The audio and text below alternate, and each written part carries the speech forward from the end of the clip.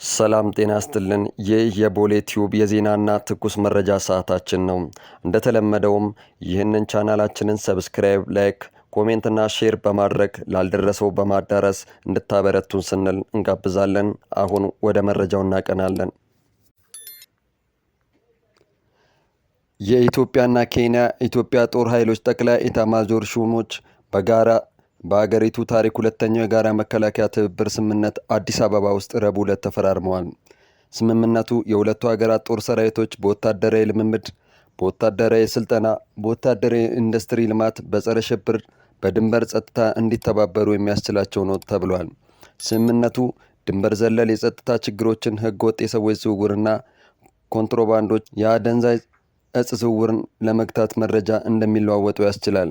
ስምምነቱ ስትራቴጂካዊ በሆኑ ጉዳዮች ላይ በጋራ ለመስራት የሚያስችል ነው ያሉት የኢትዮጵያ መከላከያ ሚኒስትር፣ እንዲህ ያለው ስምምነት የሀገራት መተማመን በሚያድግበት ወቅት የሚፈጸም ነው ተብሏል። ኢሰመኮ በኦሮሚያ ክልል ማረሚያ ቤቶች በታራሚዎች ላይ ድብደባና ኢሰብአዊ አያያዞች እንደሚፈጸሙ አዲስ ባወጣው ሪፖርት አስታውቋል። ኢሰመኮ ሆኖም ጥራት ያለውና የተመጣጠነ ምግብ አቅርቦት ችግር፣ የሕክምና አገልግሎት ውስንነት፣ የትምህርት መረጃ መሳሪያ እጥረት፣ የታራሚዎች ማደሪያ ክፍሎች መጨናነቅ ችግሮች መኖራቸውን ጠቅሷል። በኢሰመኮ ክትትል በተገኙ ግኝቶች ላይ ከባለድርሻ አካላት ጋር በተደረገ ውይይት መንግስት ለአንድ ታራሚ በቀን የሚመድበው 41 ብር ከ60 ሳንቲም በጀት ዝቅተኛ መሆኑ፣ ለምግብ ከተያዘው በጀት ላይ የመብራትና የውሃ ክፍያ ተቀንሶ የሚከፈል መሆኑና በመብራትና በውሃ ፍጆታ ላይ የታሪፍ ጭማሪ መደረጉ ለታራሚዎች በሚቀርበው ምግብ ላይ የተፈጠረውን እጥረት አባብሶታል ብሏል። ኢትዮጵያና ሩሲያ ለሰላማዊ አገልግሎት የሚውሉ የኒኩሌር ኃይል ማመንጫ ለመገንባት የሚያስችል ስምምነት ዛሬ ተፈራርመዋል። ስምምነቱን የተፈራረሙት ጠቅላይ ሚኒስትር አብይ አህመድ ሞስኮ ውስጥ ከሩሲያ ፕሬዝዳንት ቭላድሚር ፑቲን ጋር ከተወያዩ በኋላ ነው። የሁለቱም መሪዎች ውይይት በኃይል ማመንጫ፣ ግብርና፣ የጤና ጥበቃ፣ ልማትና መከላከያ ትብብር ዙሪያ ያተኮረ እንደነበር ተገልጿል። መሪዎቹ ለማህበረሰብ አገልግሎት ንጹህ ኃይል ምንጭ የሚውል የጋራ የኒኩሌር ኃይል ማመንጫ የማልማት ስምምነቶችን ጨምሮ የጋራ ፍላጎት በሆኑ ጉዳዮች ላይ ጭምር ተወያይተዋል ተብሏል። የሰው ልጅ ዝግመተ ለውጥን እንደ አዲስ የሚጽፍ ነው የተባለውን ሚሊዮን ዕድሜ ያስቆጠረውን የራስ ቅል እንመለከታለን። በቻይና የተገኘ 1 ሚሊዮን ዓመት ዕድሜ ያለው የሰው ልጅ የራስ ቅል ሆሞ ሳፒያንስ የሚባለው የሰው ልጅ ዝርያ ከምንገምተው ከግማሽ ሚሊዮን ዓመት በፊት መኖር መጀመሩን ያሳያል ሲሉ ተመራማሪዎች በአዲስ ጥናታቸው አረጋግጠዋል። ኒያንደርታልን ጨምሮ ከሌሎች ተመሳሳይ ዝርያዎች ጋር ከገመትነው ጊዜ በላይ እንደኖርን ያሳያል ብለዋል። ሳይንቲስቶቹ ትንታኔያቸውን ስለ ሰው ልጅ ዝግመተ ለውጥ ያለንን ግንዛቤ ሙሉ በሙሉ ይለውጣል፣ በትክክል ከሆነ በታሪካችን ውስጥ ቁልፍ የሆነውን የመጀመሪያው ምዕራፍ እንደገና ይጽፋል ይላሉ። ሌሎች ባለሙያዎች በበኩላቸው አዲሱ የጥናት መደምደሚያ አሳማኝ ቢሆንም ከእርግጠኝነት ግን በጣም የራቀ ነው ብለዋል። ሳይንስ በተሰኘ ታዋቂ የሳይንስ መጽሔት ላይ የታተመው ግኝቱ ከቻይና ዩኒቨርሲቲና ከእንግሊዝ የተፈጥሮ ታሪክ ሙዚየም ሳይንቲስቶች የተካተቱበትን የምርምር ቡድን አስደንግጦታል። እስራኤል በየመን ሁቲዎች ላይ በፈጸመችው ጥቃት 8 ሰዎች መገደላቸው ተዘገበ። የሁቲ ታጣቂዎች በእስራኤል ላይ በተደጋጋሚ ለሚሰነዝሩት የሰው አልባ አውሮፕላንና የሚሳኤል ጥቃት ምላሽ ለመስጠት አየር ኃይሉ በየመን ከባድ ጥቃት መፈጸሙን የእስራኤል ጦር አስታወቀ። የእስራኤል መከላከያ ኃይል እንደገለጸው ከሆነ በዋና ከተማዋ በሰና በደርዘን የሚቆጠሩ አውሮፕላኖች የሁቲ የደህንነትና የስለላ አገልግሎትንና የጦር ኃይሎች ተቋማት ላይ የቦምብ ጥቃት ተፈጽሟል። በሁቲ የሚመራው የጤና ሚኒስቴር የእስራኤል ጥቃት አሰቃቂ ወንጀል በማለት ኮንኗል። የሲቪል ተቋማትና የመኖሪያ ህንፃዎች መመታታቸውንና የ8 ሰዎች ህይወት ማለፉን ተናግሯል። በእስራኤል የቀይ ባህር ሪዞርት ኢላት ሁቲዎች በፈጸሙት የሰው አልባ ጥቃት 22 ሰዎች ከቆሰሉ ከአንድ ቀን በኋላ የተፈጸመ ጥቃት ነው። ሁቲዎች ከ10 ዓመታት በፊት ዓለም አቀፍ እውቅና ያገኘውን መንግስት ካባረሩ እና የእርስ በርስ ጦርነቱ እንዲፈጠር ካደረጉ በኋላ አብዛኛውን የሰሜን ምዕራብ የመን ተቆጣጥረዋል። አፍሪካ በተመድ ጸጥታው ምክር ቤት ቋሚ መቀመጫ እንድታገኝ የኬንያ ፕሬዝዳንት ዊሊያም ሩቶ በተመድ ጠቅላላ ጉባኤ ላይ ረቡዕ ዕለት ባደረጉት ንግግር ጠይቀዋል። ፕሬዝዳንቱ አገሪቱ በጸጥታው ምክር ቤት ቋሚ አባል አለመሆኗ ተቀባይነት የለውም ብለዋል። አፍሪካ በጸጥታው ምክር ቤት ውስጥ ቢያንስ 2 ቋሚ መቀመጫ ሊኖራት ይገባል ያሉት ሩቶ በጸጥታው ምክር ቤት ላይ ማሻሻያ ማድረግ ለተመድ ህልውና አስፈላጊ መሆኑን ተናግረዋል። ኢትዮጵያና አሜሪካን ጨምሮ የተለያዩ ሀገራትና ቀጠናዊ ዓለም አቀፍ ድርጅቶች ኒውዮርክ ላይ ባደረጉት ስብሰባ የሱዳን ተፋላሚ ወገኖች ለተኩስ አቁም በአስቸኳይ ድርድር እንዲጀምሩ አሳስበዋል።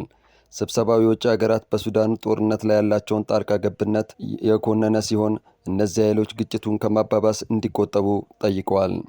ተፋላሚዎቹ በአስቸኳይ በዳራፎኤል ፋሽር ከተማ በሰብአዊነት ላይ የተመሰረተ ጊዜያዊ የውጊያ ፋታ እንዲያደርጉና የአገሪቱ ግዛት አንድነት ለማስከበር በድጋሚ ቁርጠኝነታቸውን እንዲያረጋግጡም ጥሪ ተደርጓል። ቡና መቀነስ አስፈሪ ህልም እንዳናይ ያደርገናል እየተባለ ነው። አንዳንዶች የሚጠጡት ቡና መጠን ከቀነሱ በኋላ ጥርት ያለ ህልም ማየት መጀመራቸውን ይናገራሉ። ቡና መቀነስ ጥርስ እንዲነጣ ከማድረግ ባሻገር ሌሎች የጤና ጥቅሞች እንዳሉት ይነገራል። በተቃራኒው ቡና መቀነስ አስፈሪ ህልሞችንም ያስከትላልም ይባላል። ቡና የቀነሱ ሰዎች ህልማቸውን ጥርት ከማለቱ በተጨማሪ ህልሞቻቸው አስፈሪ መሆናቸውን ይገልጻሉ። የሚጠጡትን ቡና መጠን በመቀነሱ በቀናት ውስጥ የህልማቸው ይዘት መለወጥን ነው የሚናገሩት። ለመሆኑ የቡና መጠጥ የህልም ጥናትና ይዘት ላይ ለውጥ ያመጣል? ቡና ወደ አንጎል የሚሄደውን ኤዶኒስ የተባለ ንጥረ ነገር በማገድ እንድንነቃቃ ያደርጋል። ንጥረ ነገሩ ቀኑን በሙሉ ሰውነት ውስጥ ሲከማች ይውላል። ምሽት ላይ እንቅልፋችን እንዲመጣ የሚያደርገውም ይሄ ንጥረ ነገር ነው። እንቅልፍ ሲወስደን ንጥረ ነገሩ ከሰውነት ስለሚወጣ ጠዋት ስንነሳ እንነቃቃለን። ጠዋት ላይ ንጥረ ነገሩ እንደ አዲስ መከማቸት ይጀምራል። ቡና ሰውነት ውስጥ ያለውን አዴኖሲን ይገታል። ስለዚህም ቡና ከጠጣን እንቅልፍ አይለንም። ቡና ውስጥ ያለውን ንጥረ ነገር ካፊን ከሰውነት ሲወጣ ግን የመተኛት ፍላጎታችን ይቀሰቀሳል። እንዲያውም ቡና ከመጠጣት በፊት ካለው በበለጠ የእንቅልፍ ስሜት ይጫጫናል። ወደ ሰውነት የሚገባው ካፊን ግማሹን ከ3 እስከ 6 ሰዓት በሰውነት ውስጥ ይቆያል። ስለዚህም ኤዶኒሲን ላይ ጫና ማሳደሩን ይቀጥላል። ከሰዓት ወይ አመሻሽ ላይ ቡና መጠጣት እንቅልፍ የሚከለክለውም ለዚህ ነው። ካፌን እንቅልፍ ከመከላከል አልፎ እንቅልፍ ያዛባል። የምንተኛበትንም ሰዓት ሊያሳጥርብን ይችላል። እንቅልፍ የተለያዩ ደረጃዎች አሉት። ጥልቅ እንቅልፍ ውስጥ የሚገባበት የእንቅልፍ ክፍል ነን ራፒድ አይ ሙቭመንት NREM ስሊፕ በካፊን ምክንያት መስተጓጎል ይገጥመዋል። ቡና ስናበዛ ወይም ከሰዓት አዘውትረን ቡና ስንጠጣ እንቅልፋችን መዛባቱ አይቀርም። ቡና መቀነስ ጥርት ያለ ህልም እንዳናይ ያደርጋል የሚለውን በተመለከተ እምብዛም ጥናቶች አልተሰሩም። ብዙ ጥናቶች ያሉት ግን ካፊን እንዴት እንቅልፍን ያዛባል በሚለው ነው። ቡናና የህልም ይዘት ያላቸው ትስስር ላይ ጥናቶች ማግኘት ከባድ ነው። ሆኖም ግን ካፌንና ህልም መከላከል ስላለው ተዛምዶ የተወሰነ መረጃ አለ። ኔታንያሁ ዌስት ባንክን ከእስራኤል ጋር እንዲቀላቀሉ አልፈቅድም ትራምፕ። የዩናይትድ ስቴትስ ፕሬዝዳንት ዶናልድ ትራምፕ ቤንያሚን ኔታንያሁ በእስራኤል ወረራ ስር ያለውን ዌስት ባንክን ወደ ግዛታቸው እንዲቀላቀሉ አልፈቅድም አሉ። የእስራኤሉ ጠቅላይ ሚኒስትር አርብ ዕለት በተባበሩት መንግስታት ድርጅት ጠቅላላ ጉባኤ ላይ ንግግር ከማድረጋቸው ቀደም ብለው በኦቫል ኦፊስ ለጋዜጠኞች ሀሳባቸውን የሰጡት የአሜሪካው ፕሬዝዳንት እስራኤል ዌስት ባንክን እንድትቀላቅል አልፈቅድም፣ አይሆንም ብለዋል። ሰኞ ከኔታንያሁ ጋር የሚነጋገሩት ትራምፕ የጋዛ ስምምነት በጣም ተቃርቧል ሲሉ ገልጸዋል። እስራኤል በጋዛ ያለውን ጦርነትና የዌስት ባንክን ወረራ እንድታቆም ዓለም አቀፍ ጫና እየደረሰባት ነው። የምዕራባውያን መንግስታትም ለፍልስጤም ነጻ ሀገርነት በይፋ እውቅና እየሰጡ ነው።